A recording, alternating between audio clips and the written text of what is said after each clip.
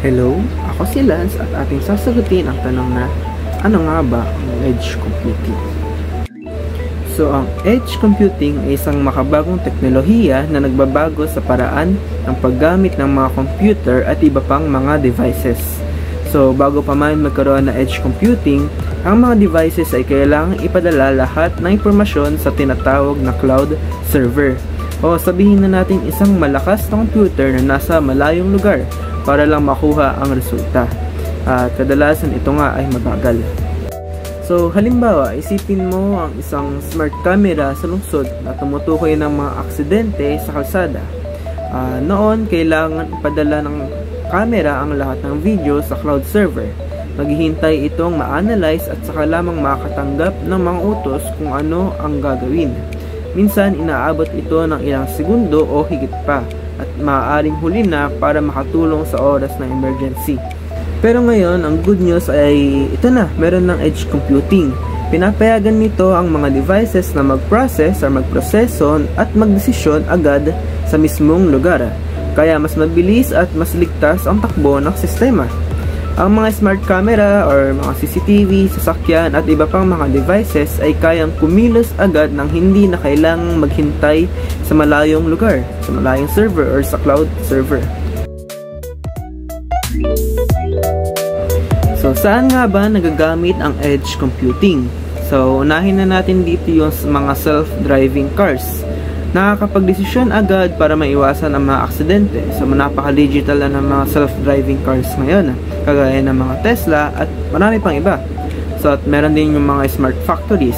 Nakikita na agad ng mga makina ang problema at inaayos ito ng mabilis. At meron din sa mga health devices. Meron na yung mga sinusuot ngayon na mga monitor na nagsusuri ng tibok ng puso or mga presyon ng dugo at nagbibigay ito agad ng mga babala. At hindi lang naman sa mga bagay na ito nagagamit ang edge computing. Nagagamit din ito sa araw-araw nating pamumuhay, kagaya sa mga cellphones, sa mga computers, at marami pa, lalo na sa mga companies, sa works. At ayun nga, bakit mahalaga ang edge computing? So, mahalaga ang edge computing dahil ginagawa nitong mas nagiging mabilis, ligtas, at mas epektibo ang mga teknolohiya. Nakatulong ito sa mga businesses na mag-process ng data ng mas mabilis, makatipid, at makapagbibigay. So, bakit mahalaga ang edge computing? Mahalaga ang edge computing dahil ginagawa nitong mas nagiging mabilis.